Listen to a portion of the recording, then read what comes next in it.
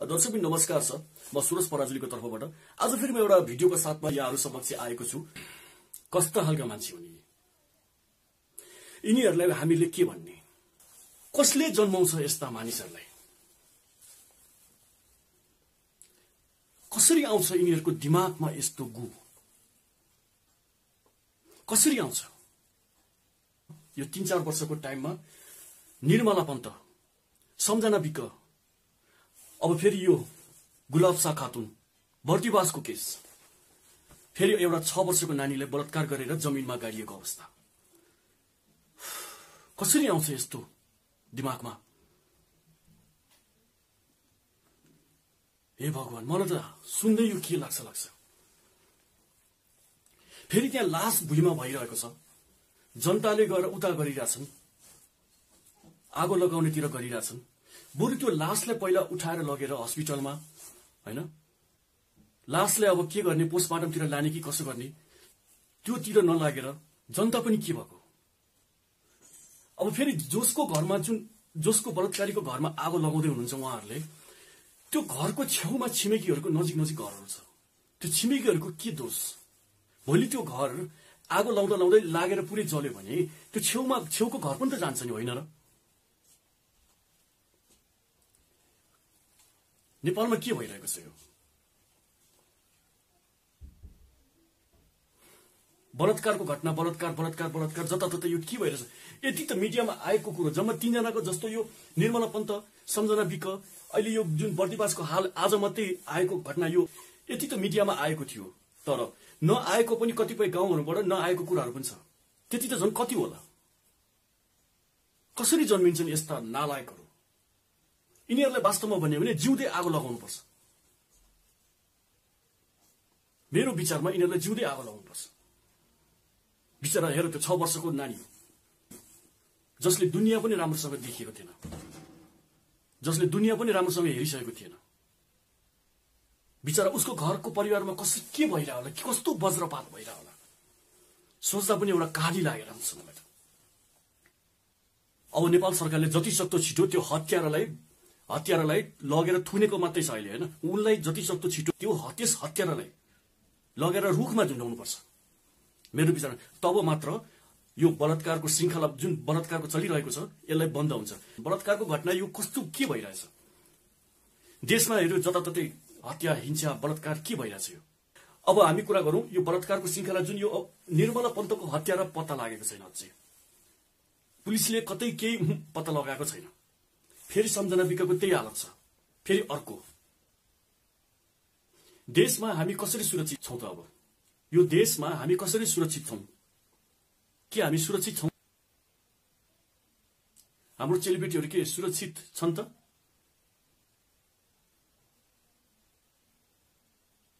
यो जति पनि बलात्कारको दियो यस्तो आउने मान्छेहरूलाई लगेर अब नेपालमा पनि बलात्कारीहरूलाई चाहिँ फाँसीको सजाय दिनुपर्छ।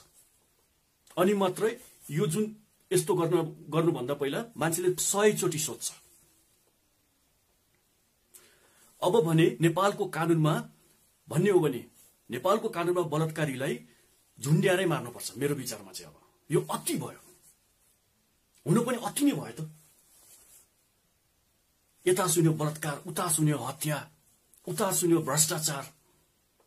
हाम्रो देशको नेताहरू के गरेर हेरिरहेछन्? के हेरिरहेछन्? गर्नु चाहिँ त्यो माथि के गर्छन्? त्यो कुर्सीमा बसेर मात्रै घुम्ने हो? म माननीय प्रधानमन्त्रीज्यूलाई सोध्न चाहन्छु, के गरिरहनु भएको छ तपाई? तपाई के गरेर बसिरहनु भएको छ त्यो कुर्सीमा? काम के गरिरहनु भएको छ तपाईले? नेपाली जनता के सुरक्षित छन् त? यहाँ जताततै बलात्कारको घटनाहरू सुनिएको छ। बलात्कार, हिंसा के हो यो? लुटमार। एक त लकडाउनले यस्तो नेपालीहरूको यो पुरै अहिले अर्थव्यवस्था खत्तम पारिदिएको छ। मान्छेले बिहान के खाउँ, बेलुका के खाउँ भइरहेछ। उनीहरूलाई चाहिँ जताबाट आए पनि लुट्नै मात्र छ। कति लुट्छौ तिमीहरूले? हामी नेपालीहरूबाट कति लुट्छौ? कति दिन लुट्छौ? जब तिमीहरू सत्तामा हुन्छौ लुट्छौ, अनि जब फेरि चुनाव आउँछ, नमस्कार हजुर मलाई भोट दिनु पर्यो भन्दै माग्ने भएर हामीहरूको अगाडि आइपुग्छौ।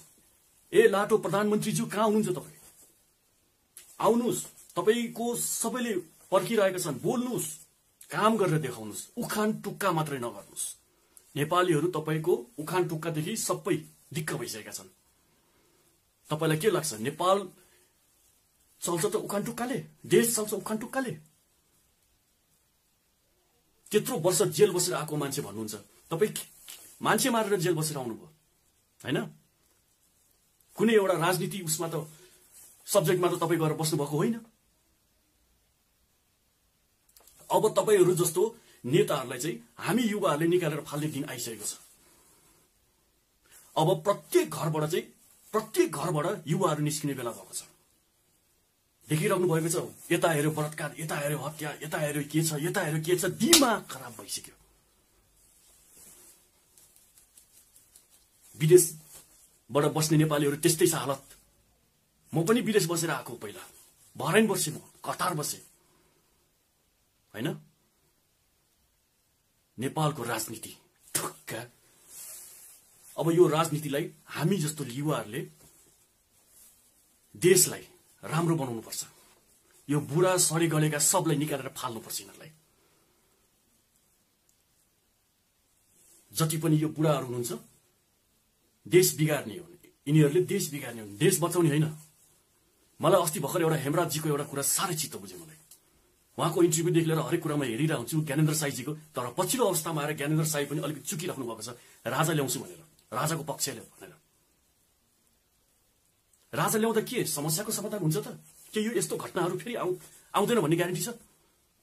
के राजा हुँदाखेरि पहिला भएको थिएन र यस्तो घटनाहरू? भएको थिएन र यस्तो घटनाहरू पहिला? हामी के भन्ने? अब प्रधानमन्त्रीज्यूलाई मेरो ठाडो क्वेसन छ, तपाई गरी चाहिँ के राख्नु भएको छ? कुर्सीमा बसेर गरी चाहिँ के राख्नु भएको छ? हामी जनता चाहिरहेका छौं, हामीले खोजिरहेका छौं, हामी खोजिरहेका छौं हाम्रो प्रश्नको उत्तर तपाईबाट।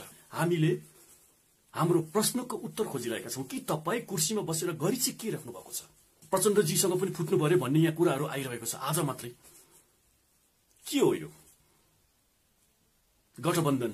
वारे गठबन्धन, गठबन्धन। राम्रो काम गरिराख्नु भएको छ, राम्रो काम गरिराख्नु भएको छ कुर्सीमा बसेर। त्यो तपाईलाई लागिरा होला, तर हामी जनतालाई लागेको छैन। तपाईले सिर्फ उखान टुक्का मात्रै गर्नु जान्नुहुँदछ, देश चलाउनु होइन। देश चलाउनुको लागि तपाई सक्षम व्यक्ति होइन। देश चलाउने भनेको अहिलेका जुन नेताहरू छन्, अहिलेका जुन युवा नेताहरू, म उहाँहरूको पक्षमा। जस्तै पुण्य प्रसाईजीहरू हुनुहुन्छ, उहाँहरूको सोच मलाई एकदम राम्रो लाग्छ। ज्ञानेन्द्र साईजीहरूको, हेमराज थापाजीहरूको उहाँको सोच माइन्ड बबाल छ। अब तपाईहरुले यस्ता नेताहरूलाई चाहिँ दिनुपर्ने भयो। अब आफै कुर्सीमा बसेर होइन। तपाई यदि आफैले जबरजस्ती कुर्सीमा बस्नुहुन्छ भने तपाईहरु जस्ता नेतालाई हामी जनताले तपाईलाई निकालेर फाल्दिनेछौं। हेर्दै गर्नुस्, त्यो दिन छिटै आउँछ।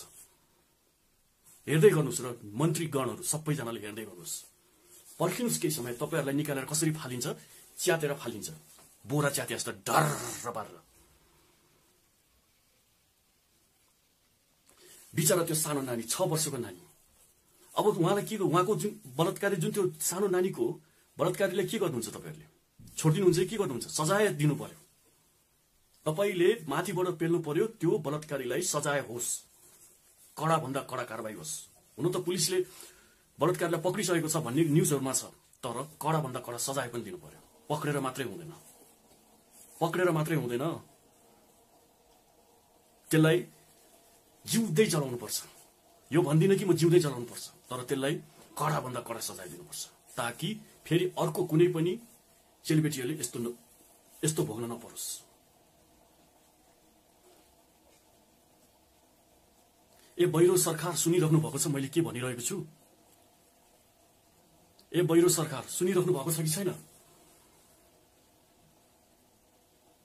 तपाईहरु जस्तो 2 कौडीको सरकार भएपछि जनताले पाउँछ दुःख, जनताले पाउँछ दुःख। वास्तवमा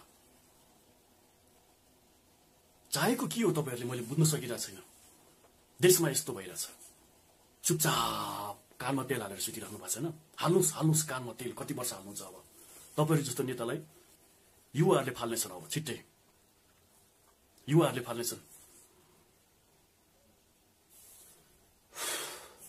कसरी बाँच्ने नेपालीहरू अब यस्तो अवस्थामा? जतै यस्तो छ। हत्या, हिंसा, बलात्कार के हो यो? कस्तो देश कस्तो बनाउनु भयो तपाईहरूले? तपाईहरू जस्तो नेताले। नेपाल कस्तो थियो? गणतन्त्र आइसकेपछि खुसियाली हुन्छ, सबैले राम्रो हुन्छ भन्ने त्यो सपना खोइ कहाँ छ? यही हो गणतन्त्र? के यही हो गणतन्त्र? गणतन्त्र भन्छन् यसलाई? कसरी यो गणतन्त्र भयो? यो गणतन्त्र कसरी भयो ल भन्नुस्?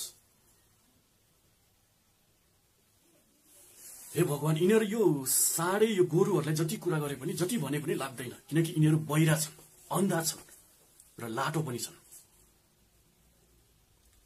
म त यति नै प्रार्थना गर्न चाहन्छु भगवानसँग कि त्यो बलात्कारीलाई सजाय कडा भन्दा कडा होस्। अब त्यो सानो नानीको जुन बलात्कार गरेको छ त्यो बलात्कारीलाई सजाय होस् र ईश्वरले उहाँको परिवारलाई धैर्य धारण गर्ने क्षमता दिन सक्नुहोस्। बिचरा त्यो जुन बलात्कृत भएको जुन त्यो बालिकाको आमालाई कस्तो के भएको होला, त्यो बाबुलाई के भएको होला, सुन्दै पनि यो दिमाग हुन्छ, सोच्दै काली लाग्छ। घुम्ने कुर्सीमा बसेर घुमी आफ्नो स्यालेरी पकाउने काम मात्रै गर्नुहुन्छ।